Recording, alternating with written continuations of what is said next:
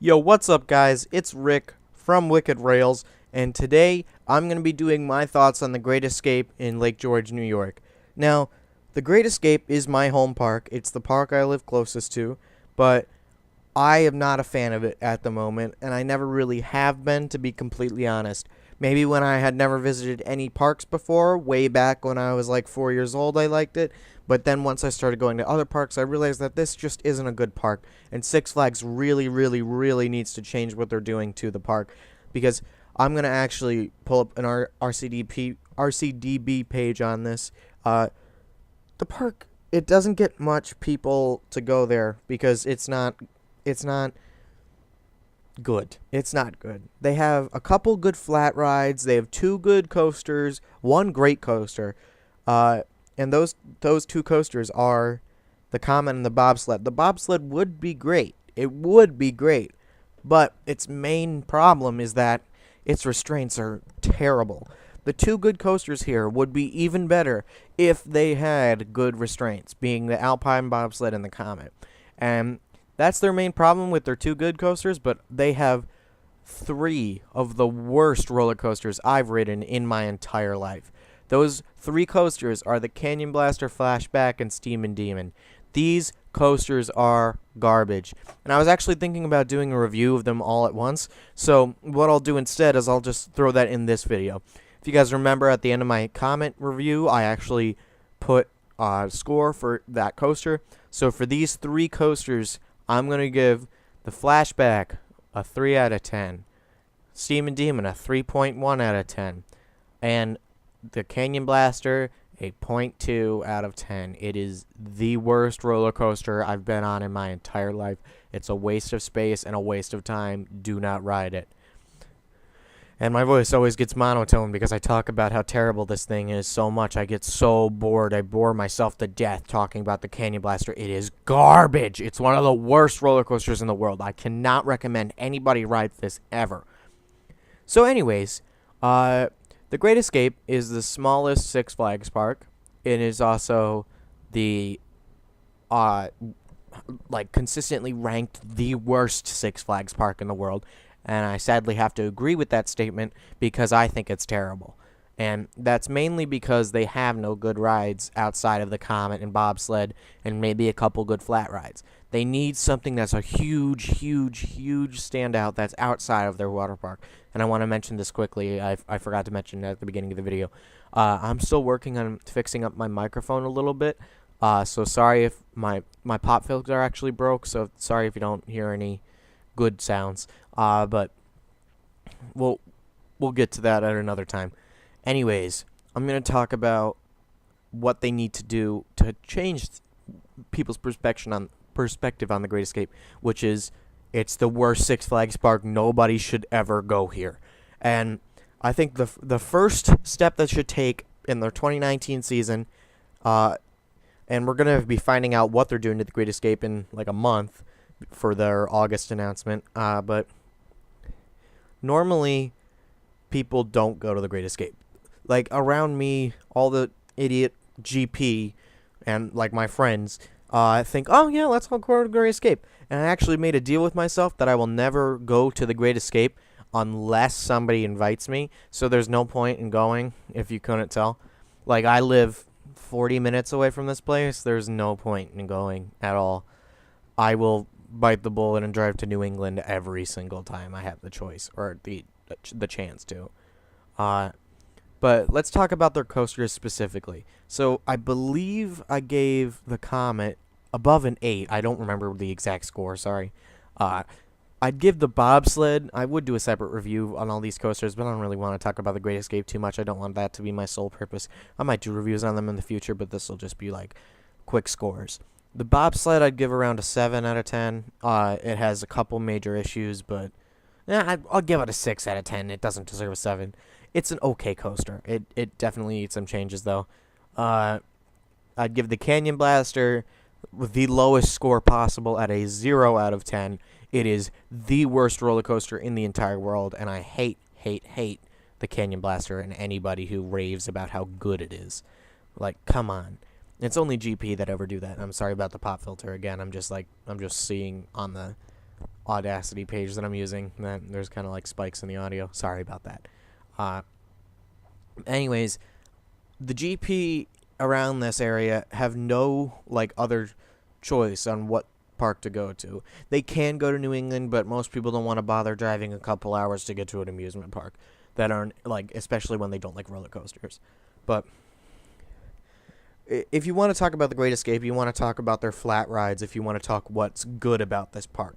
And they have a significantly good, a significant amount of flat rides. I wouldn't say they're all good.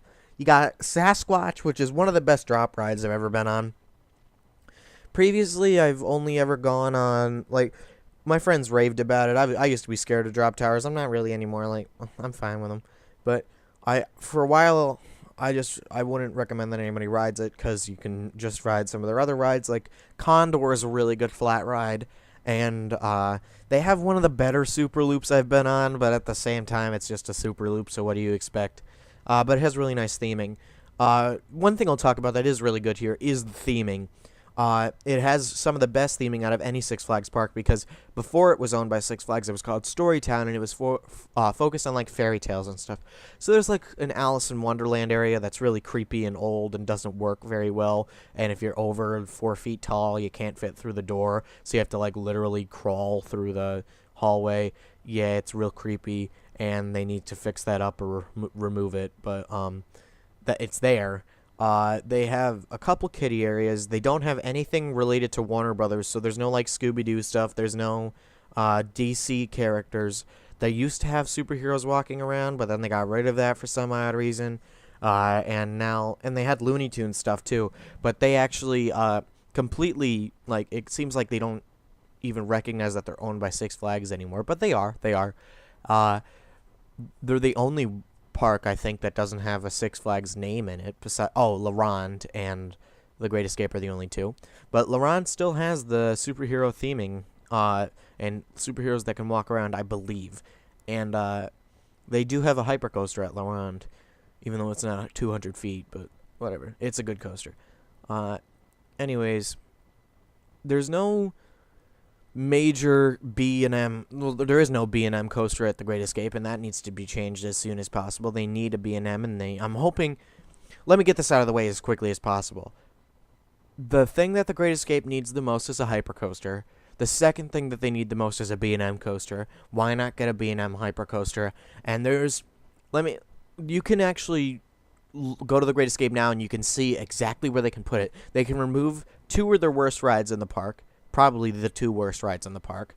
The Steamin' Demon and the Canyon Blaster. They're pretty close to each other, and they're on either side of their plunge ride, their log flume. And there's also this abandoned building that used to be an indoor coaster called Nightmare at Crack Axle Canyon. This has been SBNO for so damn long. It's been forever, where it's just been like as long as I can remember, because it closed before I had even gone to the park, or maybe like right when I went to the park. It's been a very long time. It closed in 2006, and this place has not gotten anything but a kiddie coaster in the coaster department since 2003 with the Canyon Blaster, and they need to get rid of it. Absolutely, they need to get rid of the Canyon Blaster, and they need to get rid of their kiddie coaster because it's one of the worst I've been on. But you could keep it if you had to. But the things they need to get rid of most are the Canyon Blaster and the empty building that used to hold Nightmare at Crack Axle Canyon. What they should do is knock those two areas out. Well, I'll talk about the Canyon Blaster for a little while and why it's so terrible and why it needs to be knocked down. It is unbelievably rough and uncomfortable. It's the worst aero mine train I've ever been on, and I've been on quite a few. I've been on like 3 or 4, and it's horrible. It's horrible. And I'll just describe the layout to you really quickly. Huge line, like always a huge line for this thing. I have rarely ever gone to the Great Escape and not seen a massive line on the Canyon Blaster, because it's a family park and people bring their kids there, and there's no reason for any enthusiast to go there if you don't live close to it or if you're not trying to ride every coaster in the U.S., because those are the only two reasons you would ever go here. but this is by far the worst Aero Mine train I have ever been on. It is garbage. Garbage. I'll describe the layout like I said I was going to. So you get in these crappy cars, and you go up this tiny little lift hill, and there's no drop. Of course, there's no drop. And then there's one turn. It's not a bank turn. It's just a turn. And then there's a bit of a downward turn. And then you go up and back around. And you go up this significantly taller lift hill. And guess what follows that lift hill? Absolute freaking lootly nothing. You just kind of coast along for a second. And then you go into a helix. There's no drop on this coaster. There is no damn drop on this coaster. Are you kidding me? And it's rough, it's uncomfortable, it's like it doesn't even have over-the-shoulder restraints, and you still bang your head like crazy. It's so bad. And they tried to make this thing better a little while ago by making the trains run backwards, and they undid that the next year. But the Great Escape makes some terrible decisions with their upgrades. For the past couple of years, they've only gotten flat rides. For the past 15 years, they've only gotten flat rides and water park additions. So their water park is actually very nice, and that doesn't need anything else. It may be a different wave pool or age restrictions on who can go in the wave pool, because every time I go there, it smells like pee. Because there is only like toddlers in the wave pool, and it gets pretty deep, but there's only toddlers. It's a bunch of kids in the wave pool, and it stinks. Oh my god, it is rank. Like, there's no point in ever going in the wave pool, because you'll have to shower like 50 times when you get home.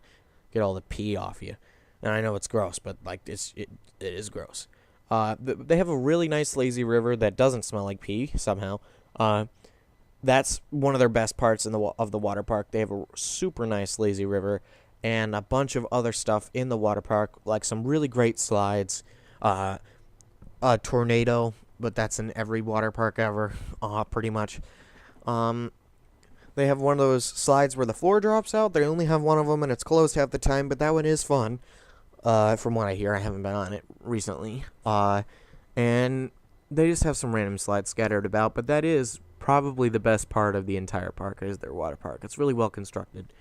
And they've had a couple really good flat rides added in the past couple of years. They added Pandemonium this year, and that restored my faith in Six Flags as owners of the Great Escape, because it seems like a Six Flags ride. You go to any other park, you see these awesome signs and queue lines, and sometimes even logos for the coaster, or flat ride, whatever. And this actually does have that. It has its own little logo. It's really colorful, and it's actually fun. It is fun. I sadly have already gone to the Great Escape twice this season, but it is sorry about that. But it's okay for a flat ride, and it's what the park needed for me to actually think Six Flags actually cares about this park again. But I can't guarantee that. If they don't add a coaster this year, I'd be shocked, though. I would be shocked. Because it really seems like they are trying to use that building that they had Nightmare in less and less and less. And there's area behind the plunge that got cleared out a little bit. So I do think that they are removing the Nightmare building and building something else in that area. Maybe removing the Canyon Blaster too, but I can't guarantee anything. I'm just a coaster enthusiast, but I'll talk about the bad parts of the park more now. The layout is horrible. To get to the Comet, definitely their best coaster. You have to actually physically walk through the water park, and I talk about this in the water park the Comet review. There's 2 rides over there, and it's the Supernova, which is their other really good flat ride besides Pandemonium. It's just it's a smaller version of Harley Quinn's Spinsanity, basically, the one at New England, not Texas, but that's really good. That's a really good flat ride, and it's good for all ages too. And then right next to that is the Comet, but like there's water slides right next to it. in all directions. There's the water park. So you have to walk through the water park to get to it, and people in the water park who have bathing suits that just look like normal clothes can walk right on the comet, and the seats get all wet. Happens all the time. They say you can't ride with bathing suits on, but they let people ride with bathing suits all the time. I see it all the time. Okay, so that's one problem, is the layout of the park. The second problem is not handling crowds well. This park gets unbelievably crowded. And you can be... One time I sat outside the park waiting to get in for a freaking hour. An hour! It's the longest time I've ever waited in any line in any amusement park. Not even for a roller coaster like Superman have I waited that long. Aside from one time when a guy vomited and I had to wait for it to clean up. But that was insane. And it was a group of people. Like, we were in a group of people. But that's a huge, huge, huge, huge problem that needs to be changed as soon as possible. It's a huge issue. And, sorry, I'm losing my train of thought, but that needs to be changed immediately. Like, the Canyon Blaster, the worst roller coaster I've ever been on, as I've hit on several times in this video, gets one of the longest lines in the park. Sometimes it's a 10-minute wait. That's about the shortest it'll ever get, and that's still really long for a coaster like this. Sometimes it's 40 minutes, which is nuts. It's an Aero Mine Train. They only ever run one train on most coasters. Steam and Demon, Canyon Blaster, Flashback. Flashback can only run one train. Comet sometimes runs two. Bobsled is closed half the time. But all the other coasters besides Comet and Bobsled, I've only ever seen them run one train. I've never seen two trains on Canyon Blaster. I know that two trains exist. They have a blue one and a brown one, but I've never seen them run both at once. And that's a big issue. It's a huge issue. And it's a pretty long coaster with absolutely no action on it. Canyon Blaster, of course. And then you have one of their better coasters at the park, which is still complete garbage, the Steam and Demon, which is one of the shortest rides I've ever been on, and I'll rant about this for a little while. It's a very short, very rough Aero custom loop and corkscrew. It sucks. It's horrible. I can't recommend anybody ride this one either. Maybe if you're just starting out on loop coasters, this would be okay. But make sure that whoever's riding with you for the first time on a looping coaster, make sure they like headbanging and getting a headache after every ride they're on, even though the ride only takes 20 seconds. And I'll talk about this too. This coaster is responsible for the worst decision Six Flags has ever made. For the 2016 season, VR goggles were put on this thing. The coaster, I believe, once you're off the lift hill, lasts about 20 seconds. If that. Counting the lift hill, maybe 40. It's not tall. It's only 95 feet. And it's right next to the parking lot, so the view you get isn't very good. You're just staring at a parking lot. And since you're in the Adirondacks, you see some trees, but that's about it. But you go through this coaster. The first loop is so insignificant you don't even notice it. The first drop is nothing. And then the corkscrew is the roughest element on any roller coaster I've ever been on. Like, it's rougher than the inversions on Goliath at Six Flags New England, which is really saying something. It's horrible here. It's genuinely horrible. If you're a coaster enthusiast, you're going to have nothing to do because all the people that you're hanging out with most likely will want to ride the Steam and Demon and the Canyon Blaster. And since you know that they're really terrible coasters and you really probably don't want to ride them at all, there's no point in riding it. And that's the main problem that this park has. They don't have a big draw that gets actual enthusiasts to the park. And they need a great coaster that won't have a long line. So something really thrilling for the people who have been going to this park for years and years and years and have never been on anything over 100 freaking feet. The only ride that's taller than 100 feet here that's actually a coaster is the Flashback, which is insane. Their tallest roller coaster, is a Vekoma Boomerang. That's insane. That's insane. And this video is running really long, but I hope somebody from Six Flags ends up watching this video because they need a hyper coaster from B&M. A freaking RMC would be amazing. I think a B&M hyper is the best choice. Normally I'd pick an Intamin hyper, but Intamins are so expensive. And so are B&Ms, but Intamins tend to be more expensive. And, you know, Superman's closer, and there's no way it's going to beat Superman, so what's the point? Superman is close enough, not closer, I should say. And Skyrush is pretty close, too, and those are both really good, so I don't think either of them would be beat by some Intamin that they put at the Great Escape. I think they need a B&M Hyper, I really do, and I think there's a bunch of theming they could go with. If they do want to stick with, like, fairy tales and whatever, they could do that. It wouldn't make much sense because it's no longer Storytown. It hasn't been Storytown for like 50 years, but I do think that something needs to change here. I do think that they need to add something amazing, and I hope it's not too late and they didn't add something, or they didn't plan on adding something stupid like they did to LaRonde this year with like a scrambler. Oh, and I'll talk about this really quickly too. There's this one ride in the park called Blizzard, and it's a scrambler. And it's indoors. It's one of the only indoor rides at the park. It's AC. It has AC, I should say. It's not AC. And it has a very small queue, but the line moves insanely slowly. Because you have to... Everybody bottlenecks trying to get into the ride. And this has the other longest line in the park. You could be waiting to ride this thing for hours. Literal hours. Depending on how long the line is. And even what seems like a short line, you'll be waiting for like 5 or 6 cycles, and each cycle takes about 15-20 minutes. At least that's what it feels like. And that's insane. It's a scrambler. This line gets crazy long.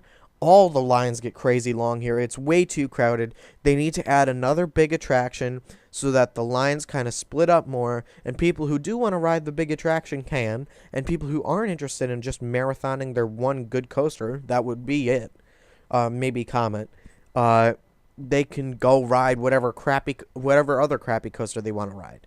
Maybe some flat rides. Maybe waste their money in the several arcades that they have that are all rigged. Every single one of them, every single game is rigged. They really drain you. And I'll talk about this, too. I don't know if this is still the case, but a little while ago, if you wanted to buy an entire pizza from their one pizza place at Six Flags, it's $100. $100 for a pizza. That's insane. Just everything's overpriced. You have to actually leave through a gift shop, so they're forcing you to go look at their products and waste your money there. And that gets crowded as hell because the lines actually block off the exit if there's lines at the register, which is stupid. But they do have a nice lodge here with an indoor water park. That's actually really nice to stay at. I enjoy that place a lot. It's one of the best hotels I've ever been to. And that's one of the best things that this park has is the lodge, and that's what people know it for, at least some people. It's just they need a change, and they need it now. Six Flags need to do something for the Great Escape, and they need it immediately. All right. Well, that's going to be the end of this video. Thank you guys for watching. Follow me on Twitter at RICKED Rails. I'll leave the link in the description. It's called Ricked Rails because my name is Rick. My counterpart from this channel, Jack, actually does not have a Twitter and won't be making many videos on the channel, but he'll be helping me with editing, and he'll be with me when we do park footage and that kind of thing. Whenever we do a live stream from a park, he'll be with me, most likely. We'll see. He'll be here a lot. So, hope you guys are liking the channel so far. Should be a lot more on the way. See you soon.